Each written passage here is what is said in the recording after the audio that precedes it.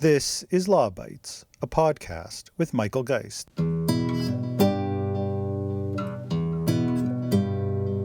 Call this meeting to order. Thanks everyone for being here.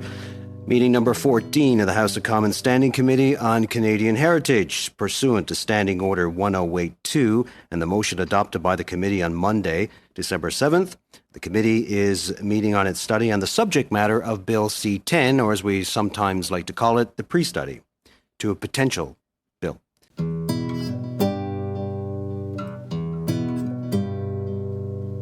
The Standing Committee on Canadian Heritage last week started what it is calling a pre-study on Bill C-10, the Broadcasting Act Reform Bill.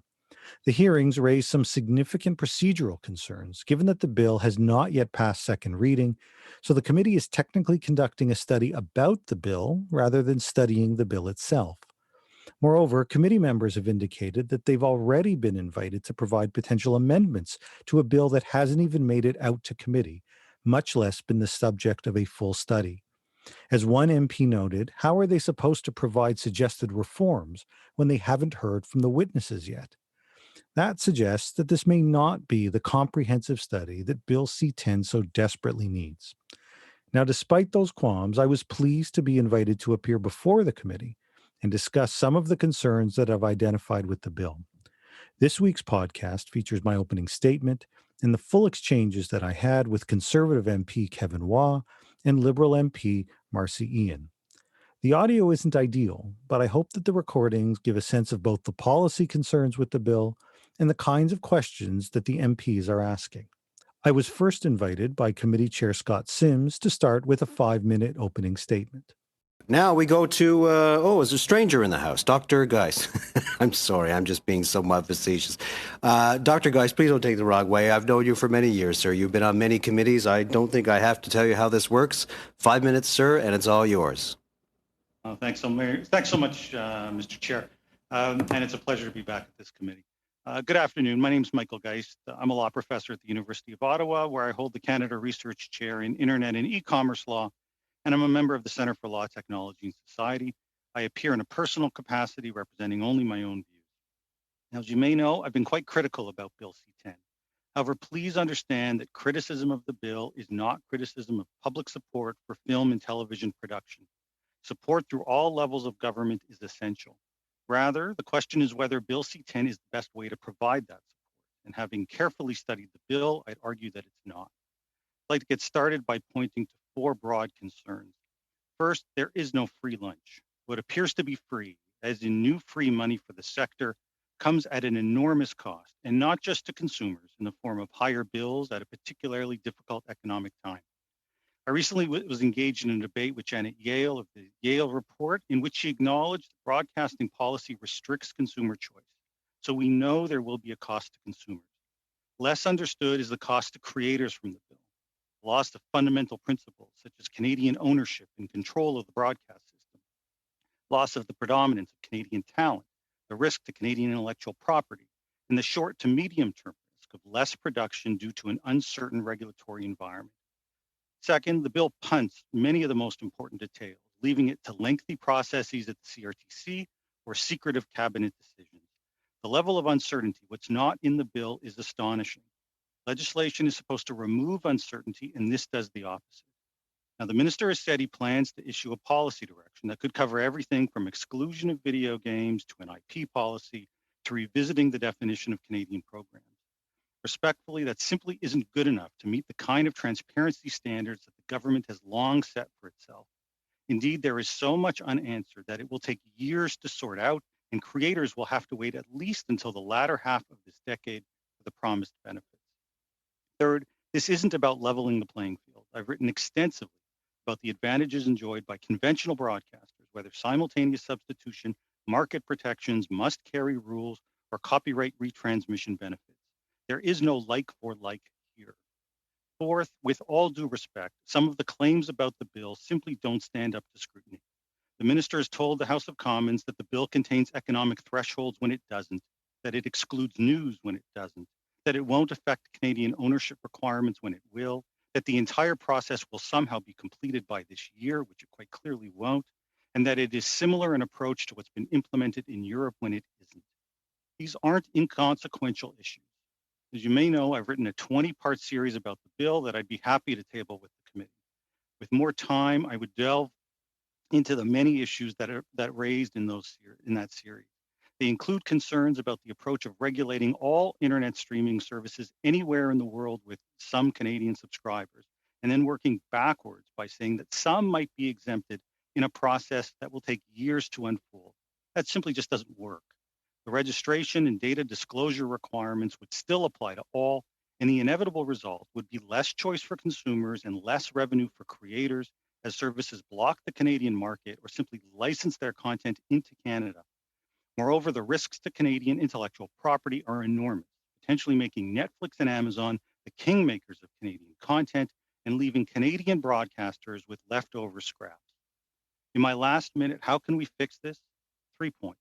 First, thresholds in the legislation are essential so that rules only apply to the largest companies that have a real and substantial connection to the Canadian market. Second, a transparent approach on critical policies is needed before the legislation is passed, not after. No bill should create more questions than it answers.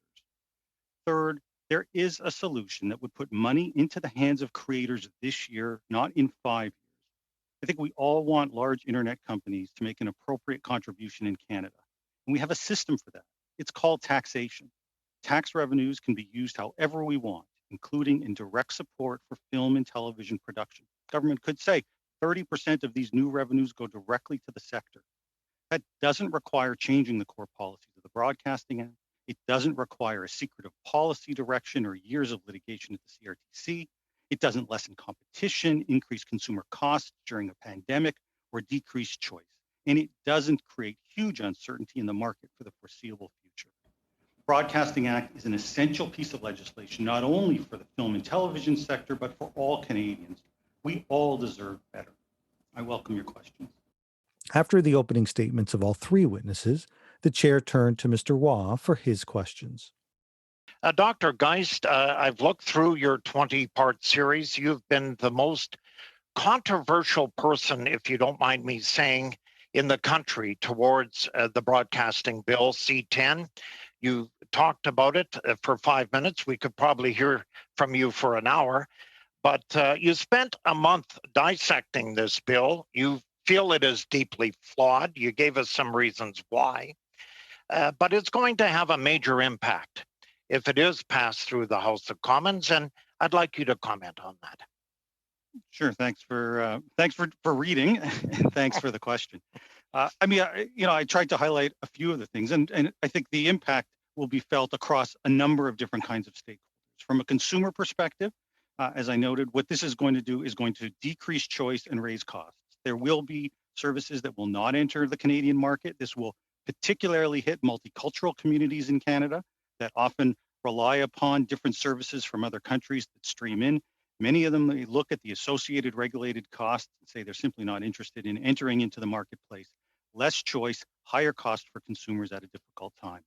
From a broadcaster perspective, I think it actually puts many of them at a disadvantage as well. They're going to have to compete with some of the large companies like Netflix and Amazon for Canadian content. They're going to get outbid, and they're going to be left with intellectual property that isn't the very best, because that's going to be scooped up by some of their American counterparts. And they're going to find themselves in a difficult position because streaming services, even Canadian streaming services, will be able to get foreign capital. They'll still be restricted and not have access to the same kind of capital. And from a creator perspective, I want to emphasize again, this is going to take years. Anyone who's done anything at the CRTC knows that we're talking about lengthy hearings, followed by judicial review, followed by the prospect of more hearings. It will take at least half a decade to get this sorted out.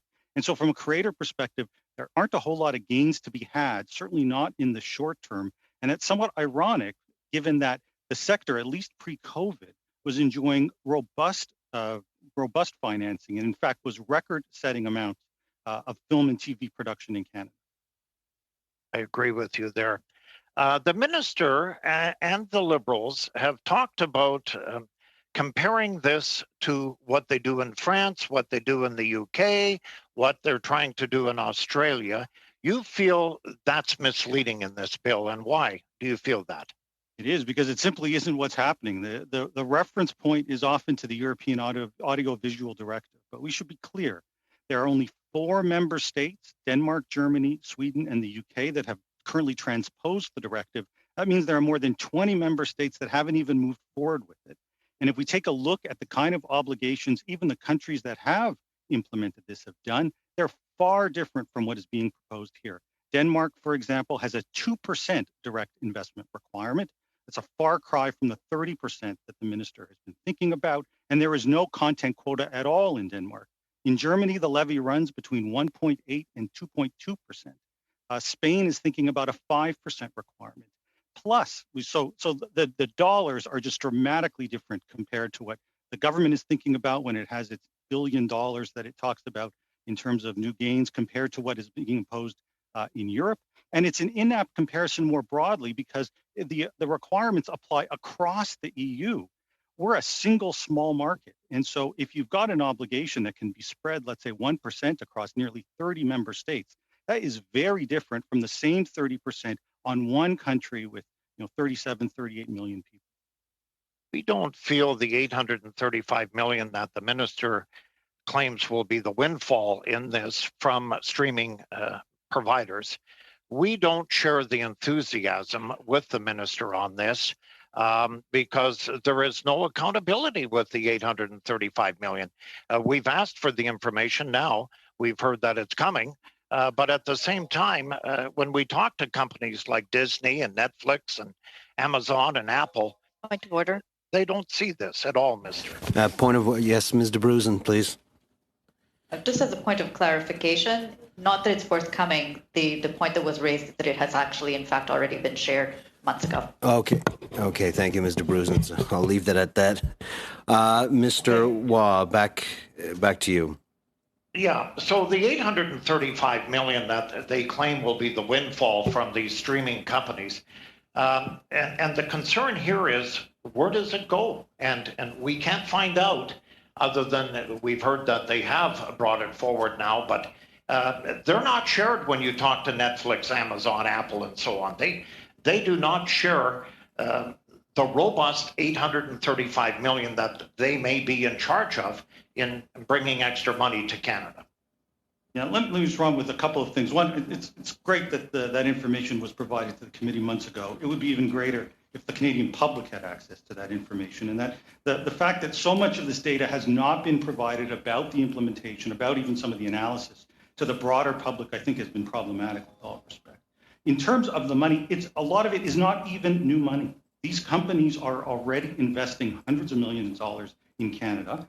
We know that because we've seen increased spending in film and TV production in Canada in recent years. Much of that is coming from foreign-based services. And so what we know will happen is, in the short term, many of them may cut back because of the uncertainty as to whether or not it will count for the purposes of these new requirements.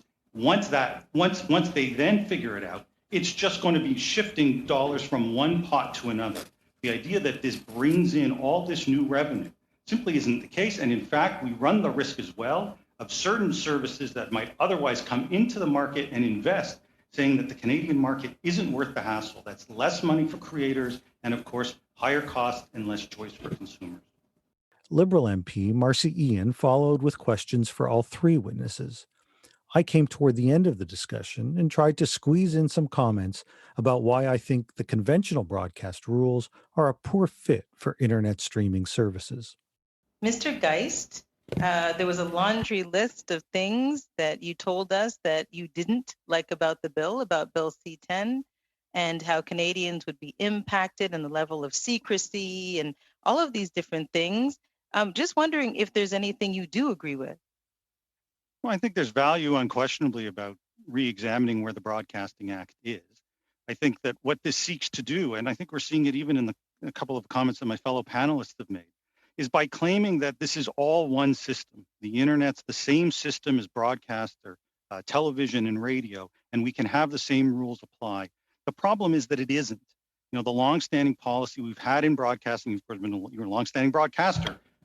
Those policies were premised on scarcity of spectrum, of the privilege of having those licenses and the requirement to give back. The internet is different. There is not the same kinds of requirements. There's far more expressive potential. There's far more opportunities for creators and for consumers alike. And the problem is when you try to put that Dr. square Geist. peg in a round hole, sorry, just let me just finish the sentence, Mr. Chair. When you try to put that square peg in a round hole, you end up with exactly the kinds of things that was mentioned. Thank you. Unfortunately, that was the extent of the interventions, as some of the procedural discussions at the start of the meeting limited the time for all the witnesses. I was grateful for the chance to appear, but remained deeply concerned about the bill and the attempts to fast-track it through committee without careful study.